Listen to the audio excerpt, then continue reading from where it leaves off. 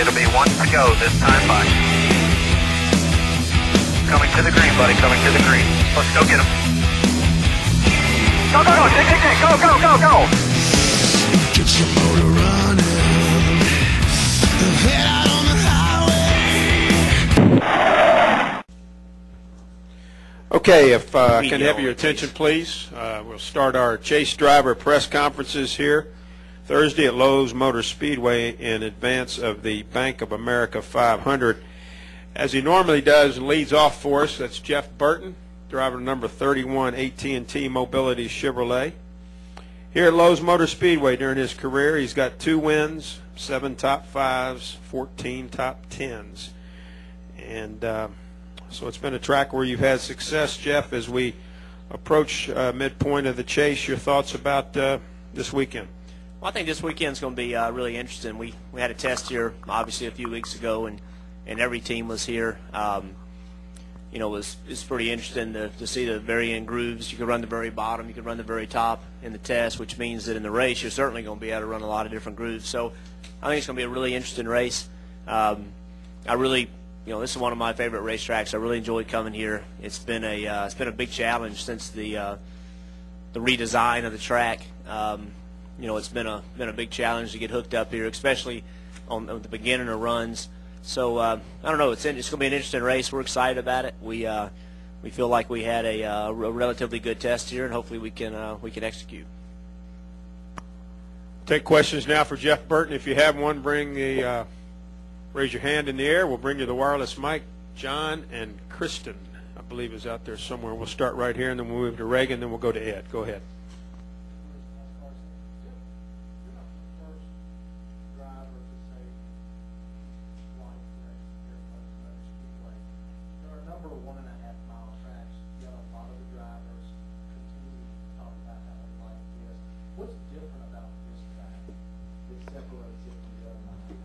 Well, I think it's I don't know. Maybe it's just that we come here a lot. You know, we race the All-Star race here. It's in our backyard. You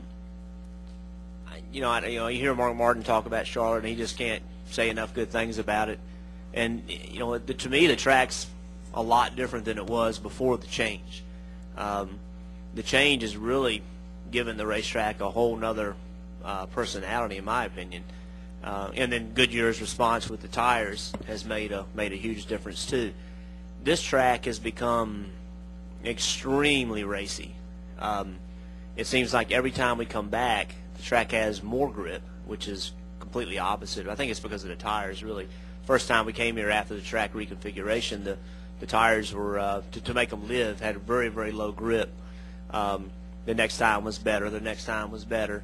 And I think this time you're going to see a lot of really interesting racing. You know, like I said, here at the test, you can run right around the wall. You could run right on the bottom. There were cars running fast on the bottom, cars running fast in the middle, cars running fast on the top.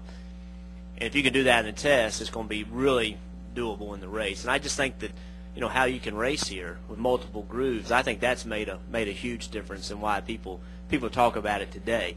When the first track was changed, a lot of people didn't have very good things to say about it. The first test here, we wrecked a lot of cars, and it was a huge challenge. But every time, it seems to have gotten better.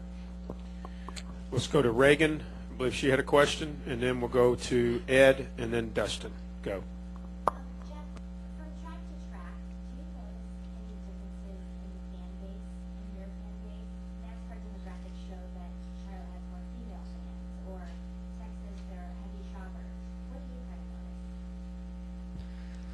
That's an interesting question. You know, the thing that I've noticed is that, you know, and I'm talking about from 15 years ago till today. There are a lot more families today. There's a lot more kid-friendly environments. I noticed last week we went out to do hospitality on Sunday morning. There was a kids' playground area with, you know, inflatable toys and all kinds of just slides and all kinds of things. There's been a huge effort to try to get children involved, and which I think is a great thing. As long as I've been racing, NASCAR has been telling the story about how women love coming to the races, and you know, and I've seen that. I mean, there's a lot of couples come. So the thing I see is it just seems like it's become more of a family event, which concerns me in some ways because, a ticket with the economy being the way it is, you're not buying 2 tickets anymore, you're buying 4 tickets, and it's become extremely expensive. So, but I've just noticed a lot more kids around. Let's go Ed, Dustin, Chris, Jim. Go. Ed Hinton, ESPN.com. Jeff, asking for your great observational powers from the outside looking in. If you were Greg Biffle after Talladega and had been bump drafted, let's say that Clint Boyer or Kevin or somebody had bump drafted you and caused the big one and dropped y'all back into points.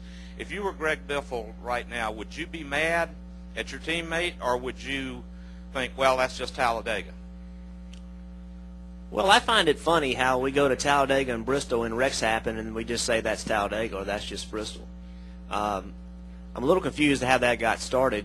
Years ago, all I know is that I don't believe that Cale Yarborough looked at Donnie Allison and said, hey, that's just Bristol.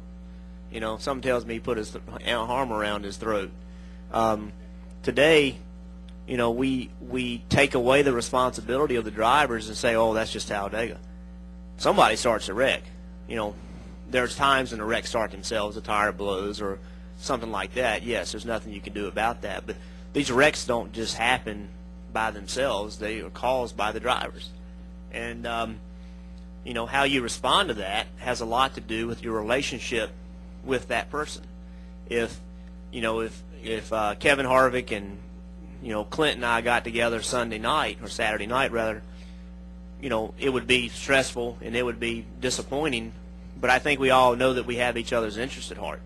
And in a couple of days, I think we could all be over it.